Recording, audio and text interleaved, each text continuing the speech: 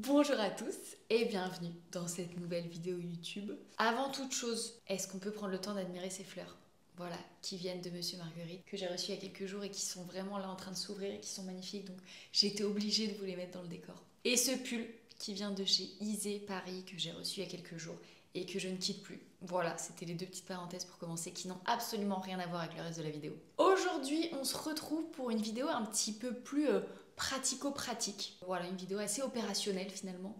Parce que je me suis amusée à faire une sorte d'inventaire ou de contre-inventaire, l'inverse d'un inventaire finalement, de toutes les choses que je n'ai plus dans ma cuisine depuis que je suis écolo. Et figurez-vous qu'il y en a pas mal.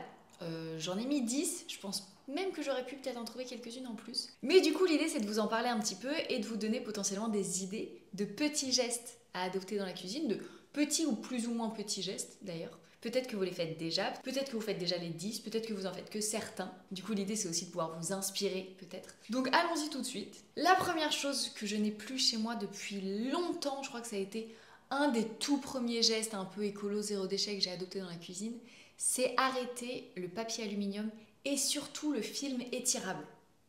L'enfer.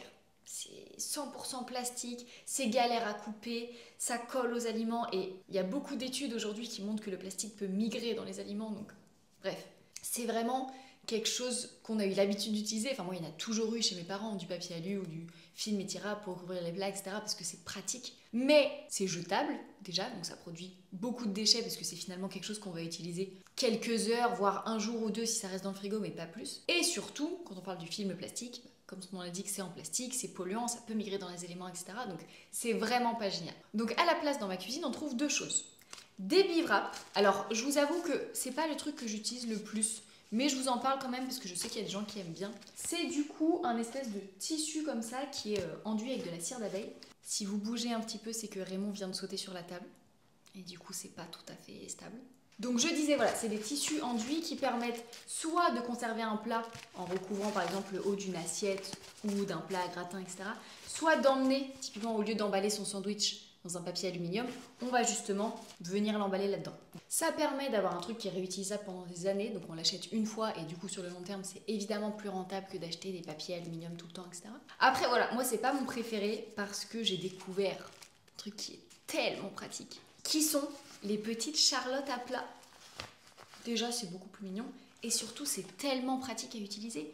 On a un reste de houmous dans un bol, on met ça avec le petit élastique. C'est vachement hermétique par rapport à du papier aluminium ou même du film plastique où au final il y a toujours un petit peu d'air qui passe, on galère un petit peu à essayer de faire en sorte que ça prenne la forme du bol, etc. Alors que ça, en 2 secondes ça prend la forme du bol. Il en existe de toutes les formes. Là par exemple j'ai la version rectangulaire, hop, qui permet de venir mettre sur un gâteau ou sur un cake directement. J'en ai des plus grandes pour mettre directement sur une casserole par exemple s'il reste un reste de pâte. Je le renverse même pas dans un tube, hop, je mets ça sur l'eau de ma casserole, je finis mes pâtes le lendemain. C'est super pratique. Et voilà, je pense que j'en ai 5-6 depuis quelques années, j'utilise les mêmes. C'est un petit investissement à l'achat parce que je pense qu'on est sur 5 € pièce environ.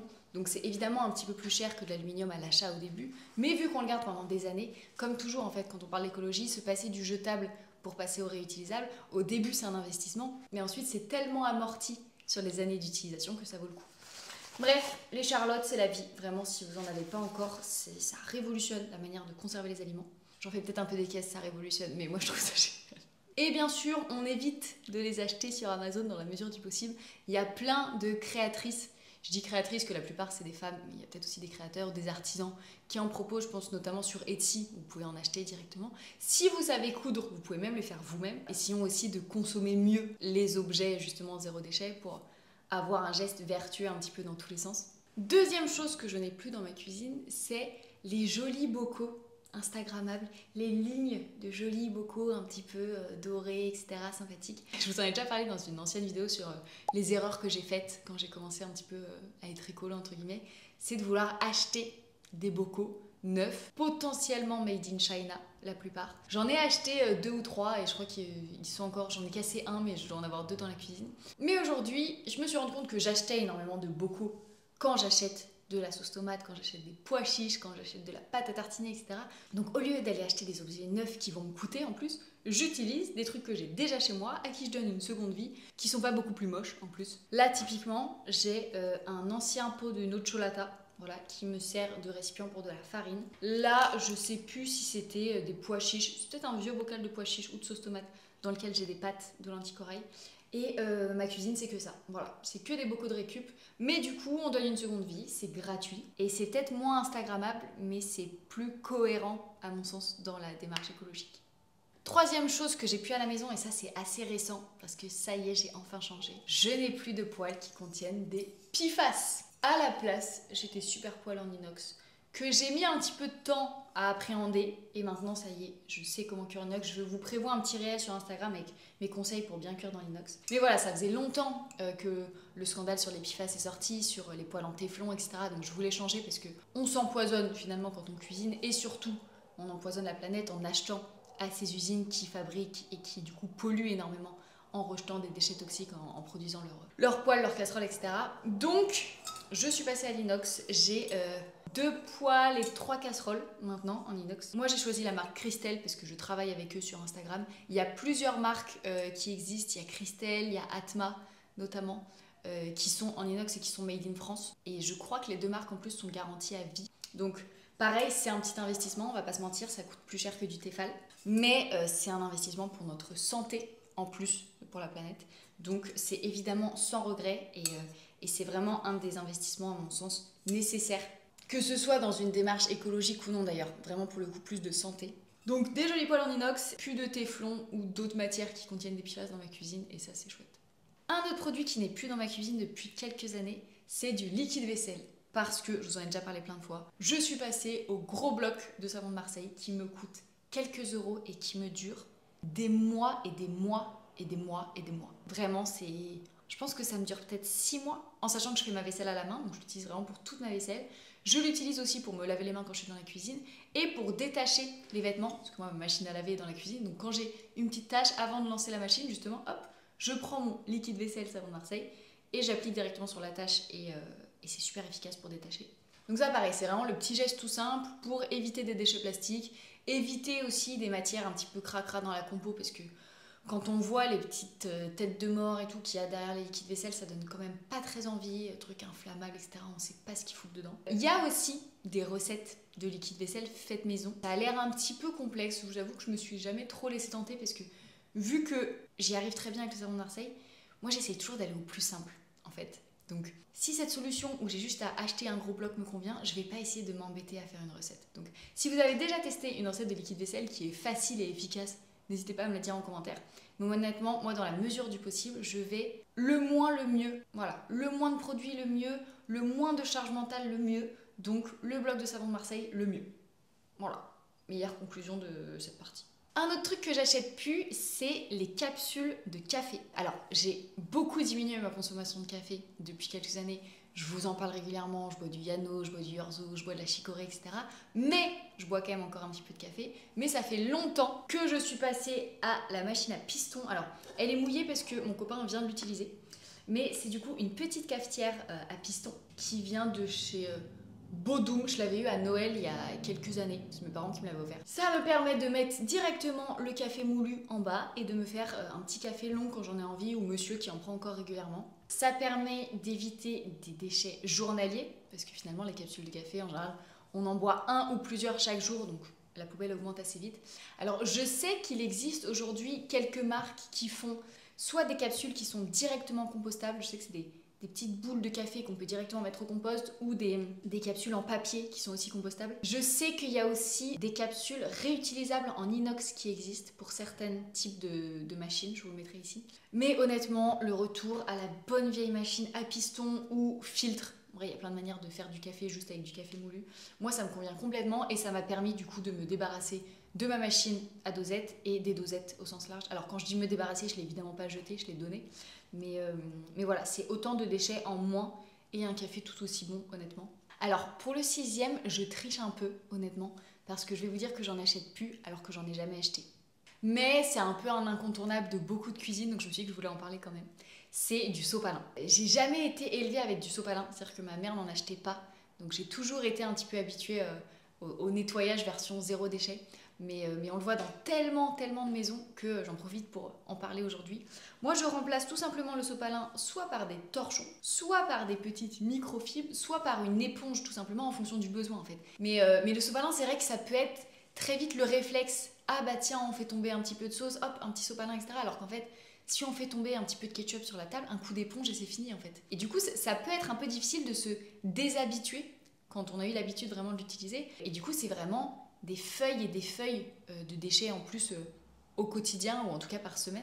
Et pourtant c'est très facile à remplacer parce que c'est vraiment des trucs qu'on a tous chez nous. Enfin on a tous une éponge, on a tous un torchon ou éventuellement des petites lingettes qui sont réutilisables et qu'on peut utiliser à la place. Donc voilà, ça c'est le petit geste qui me paraît important de rappeler quand même. Si vous avez encore du sopalin à la maison, est-ce que ça vaut pas le coup d'essayer de prendre parfois le petit geste torchon ou éponge plutôt que le sopalin de temps en temps? Voilà, je pose ça là. Une autre chose que j'ai mis longtemps à virer de ma cuisine pour le coup, c'est les planches à découper en plastique. Parce que, on va pas se mentir, c'est pratique. C'est super facile à laver. Moi, elle était grande, etc. Enfin, c'était ma planche à découper depuis longtemps. Mais pareil en fait, dès qu'on parle de plastique, là on découpe des aliments, donc en contact direct avec du plastique, et on coupe, en fait à chaque fois, on voit les rayures sur les planches à découper, où il y a vraiment des micro-rayures de plastique, donc on vient attaquer le plastique, donc forcément il y en a qui se retrouvent un peu sur le couteau, sur nos aliments, etc. Donc au-delà d'un point de vue déchets et on va dire utilisation du plastique dans la cuisine, c'est encore une fois le côté sanitaire là qui m'a donné vraiment envie de changer. Donc je suis passée tout simplement aux planches à découper en bois. Elles sont aussi rayées, hein, c'est le principe d'une planche à découper finalement, mais ici on raye du bois donc c'est quand même beaucoup moins grave. Le seul truc à faire attention, c'est du coup de les désinfecter de temps en temps parce que c'est une matière naturelle. Donc il y a des petites techniques, hein, bicarbonate, un peu de citron, on frotte, etc. Donc il faut juste les entretenir un petit peu mieux. Mais ça permet de découper aussi bien les aliments et c'est surtout bien meilleur pour votre santé et c'est même carrément plus joli pour le coup si on cherche le côté un petit peu instagrammable dans une cuisine qu'une planche à découper en plastique. Voilà. Autre chose que je n'ai plus ou en tout cas presque plus dans ma cuisine, c'est les ustensiles en plastique. Alors je dis presque parce que je suis très honnête et il m'en reste un et je vais vous expliquer. Mais sinon dans la mesure du possible, j'essaye d'aller soit sur des ustensiles en bois, type cuillère en bois, fourchette en bois, soit sur des ustensiles en acier, inox, je ne sais pas exactement quelle est la matière, mais vous comprenez. Pour toujours la même chose, hein, ne pas mettre du plastique au contact des aliments, réduire nos besoins en plastique en fait au sens large, parce que ce qu'il faut se rappeler, c'est que derrière tout acte d'achat, on vote aussi pour les entreprises qu'on soutient. Et en fait, si demain, plus personne n'achète de spatules en plastique et qu'à la place, on achète tous des spatules en bois, les personnes qui produisent des spatules en plastique vont se dire peut-être qu'il faut que j'en produis moins parce que ça se vend plus. Il y a aussi tout ça derrière en fait. Tout ce que je vous dis depuis tout à l'heure, c'est toujours le côté à la fois impact sanitaire sur nous, à la fois moins de déchets on va dire pour la planète et à la fois diminution de la demande pour ce type de produit et donc vu qu'on est dans un marché de l'offre et la demande, on espère faire baisser l'offre. C'est aussi tout ça qu'il y a derrière. C'est important de le rappeler parce que parfois on se dit ok mais c'est pas avec ta cuillère en bois que tu vas changer grand chose. En plus c'est une fourchette. Mais vous voyez que ça peut aller beaucoup plus loin si on est encore une fois tous à le faire. La seule chose que j'avais encore et que j'ai d'ailleurs encore, c'est cette spatule en plastique parce que avant j'avais du coup des poêles Tefal etc avec un revêtement anti-adhésif en téflon et je voulais pas avec un ustensile typiquement en inox ou quoi venir rayer encore plus mes poêles et donc décrocher des particules que j'allais manger etc. Donc je me disais est-ce que c'est peut-être moins pire de venir avec du plastique ou du coup je vais pas rayer et gratter ma poêle. Mais vu que maintenant je suis passée à l'inox, je n'ai plus d'excuses pour garder cette spatule, donc il faut que je me trouve une spatule en inox, en acier, je ne sais toujours pas la matière que c'est, parce que si on raye de l'inox, déjà c'est plus dur, mais en plus c'est moins grave, parce qu'on va pas venir décoller des substances un petit peu cracra. Donc il faut que je me trouve une nouvelle spatule. Mais sinon, voilà, des ustensiles comme ça, et encore une fois, c'est même plus joli que le plastique. À entretenir, ça pareil, de temps en temps, on peut les décrasser en les embouillir, pareil, avec du bicarbonate, etc. Pour être sûr qu'il n'y ait pas de germes, de bactéries qui restent un petit peu sur le bois. Ça, c'est super facile à laver. Mais encore un petit geste. Mais finalement, c'est que ça. Hein. C'est l'addition de petits gestes, de petits produits qu'on n'achète plus, de petites habitudes qu'on adopte qui font la différence. Là, pareil, en neuf, on est sur un tout petit geste et c'est presque plus un conseil que vraiment un geste qui va changer la donne. Mais je n'achète plus depuis quelques années les petits sachets de levure chimique individuelle. Déjà parce que souvent j'en utilisais que la moitié, je gardais un demi-sachet un petit peu plié pendant longtemps et après je me disais peut-être qu'il est ouvert depuis trop longtemps donc en fait je le jetais parce que je me disais il sera plus efficace etc. Petit aparté. mais surtout parce que j'ai découvert qu'on pouvait faire exactement la même chose avec du bicarbonate. Et il s'avère que moi j'ai tout le temps du bicarbonate à la maison, que ce soit dans la cuisine, que ce soit pour le ménage, etc. Bref, j'en ai tout le temps sous le coude.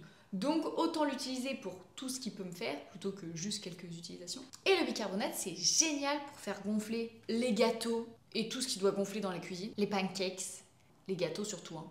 Vraiment. Les cakes, ouais, un petit peu les cakes. Ce qu'il faut savoir, c'est qu'on peut mettre une petite cuillère à café ou une demi-cuillère à café avec quelques gouttes de jus de citron. En gros, il faut quelque chose d'acide, donc soit un petit peu de vinaigre, soit un petit peu de jus de citron pour activer ses propriétés et ça va vous faire gonfler vos pancakes, vos cakes, etc. Aussi bien que de la levure, vraiment, je fais des pancakes super fluffy juste avec ça. Ça permet évidemment de réduire quelques déchets, des petits sachets de levure chimique, mais ça permet surtout de consommer moins et d'avoir des produits multi-usages que vous allez utiliser pour beaucoup de choses. La seule chose qu'il faut savoir, c'est que, attention, il existe du bicarbonate alimentaire et du bicarbonate non alimentaire. Donc il faut évidemment prendre du bicarbonate alimentaire pour le mettre dans les gâteaux.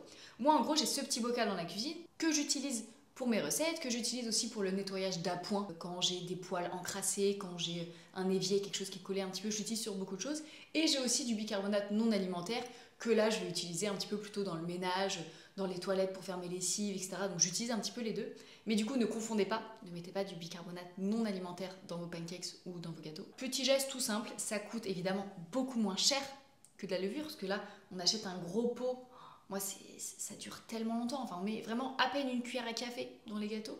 Donc, c'est évidemment économique en plus d'être écologique. À ce sujet, si vous n'avez pas vu ma précédente vidéo, je vous donne d'ailleurs plein de gestes écolos qui sont aussi économiques sur le long terme ou sur le moyen terme d'ailleurs. Et la dernière chose, j'étais évidemment obligée d'en parler parce que pour moi, c'est toujours important de parler des ordres de grandeur. Et les petits gestes là dont je vous parle, il y en a qui sont plus ou moins importants, on va dire. Typiquement, voilà, le bicarbonate ou le savon de Marseille à la place du liquide vaisselle, ça va réduire un petit peu vos déchets, ça va être un petit peu économique pour vous, etc. Mais en termes d'impact environnemental, on va dire, c'est pas game changer sur votre empreinte carbone à la fin de l'année. C'est plus montrer l'exemple, adopter des petites habitudes qui sont vertueuses pour tout le monde. Mais si on regarde vraiment en termes d'impact, c'est pas ça qui va faire la différence. Donc, moi, le plus gros geste que j'ai adopté dans ma cuisine et la chose que je n'achète plus et qui a vraiment de l'impact, vous me voyez venir, c'est évidemment la viande. Parce que, j'en profite pour vous le rappeler un petit peu, l'élevage c'est environ 14,5%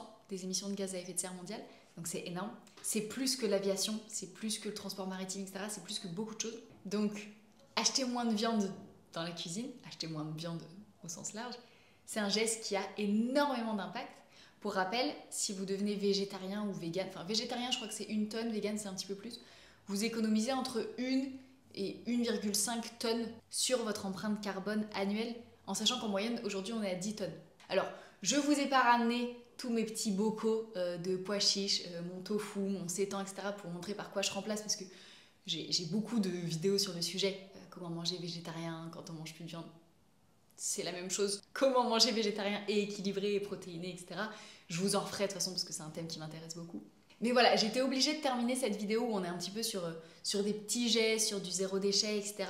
Où encore une fois, là, c'est très palpable en fait. On se dit, ah bah tiens, je jette plus de sopalin tous les jours, je jette plus de capsules de café tous les jours, donc vraiment la taille de ma poubelle diminue et je vois que j'ai des actions qui ont vraiment de l'impact parce que ma poubelle a diminué. Alors que acheter moins de viande, c'est beaucoup moins palpable. On se rend moins compte de l'impact. C'est au contraire, parfois le fait de manger moins de viande va ajouter un déchet dans votre poubelle parce que vous allez acheter du tofu sous plastique vs de la viande chez le boucher, etc. Et pourtant, si on recule un petit peu et qu'on regarde au sens large, ça a beaucoup plus d'impact en termes d'émissions de CO2, en termes de préservation de la biodiversité, sans parler du bien-être animal, parce qu'à la limite c'est encore un autre sujet, mais évidemment ça a un impact. Donc voilà, je voulais terminer quand même avec ce sujet-là. Dites-moi s'il y a d'autres gestes que vous avez adoptés, que j'ai pas pensé à citer dans cette vidéo. Peut-être tout simplement parce que je les ai pas encore adoptés, parce que je suis loin d'être l'écolo parfaite de l'année, c'est sûr. Donc dites-moi s'il y a des gestes que vous avez adoptés et que j'ai pas cités dans cette vidéo. Dites-moi sur 10, on va dire, combien vous en avez adopté. Ça m'intéresse parce que je connais bien ma communauté Instagram, parce que ça fait longtemps que j'y suis, mais je connais moins ma communauté YouTube. Est-ce que vous êtes végétarien? Est-ce que vous êtes flexitarien? Est-ce que vous êtes très porté sur le zéro déchet ou non? Est-ce que vous êtes au début de votre transition ou est-ce que vous êtes déjà des écolos depuis des années? Donc n'hésitez pas à me dire un petit peu où vous en êtes parce que ça m'intéresse de savoir à qui je parle sur cette plateforme. Parce que peut-être que du coup je pourrais adapter un petit peu le contenu pour vous faire des vidéos qui répondent vraiment à vos besoins, à vous, et non pas à ma communauté Instagram, qui n'est peut-être pas la même. J'espère que cette vidéo vous aura plu, qu'elle vous aura été utile. Vous avez peut-être appris des choses, que ça vous a peut-être donné un petit peu de motivation pour adopter un geste ou une habitude en plus. Moi, c'était un plaisir, comme d'hab, de vous parler. N'hésitez pas à liker la vidéo si elle vous a plu et à vous abonner si ce n'est pas encore le cas. Je sors une vidéo toutes les 2 semaines. Peut-être qu'un jour ce sera plus, si j'y arrive. Mais pour l'instant, c'est une vidéo toutes les 2 semaines et ça, j'arrive à m'y tenir. Merci beaucoup d'être là. Merci pour votre soutien. On est de plus en plus sur YouTube et c'est trop chouette. Alors, je vous souhaite une très belle journée ou une très belle soirée, peu importe quand vous regardez cette vidéo. Et je vous dis à très vite.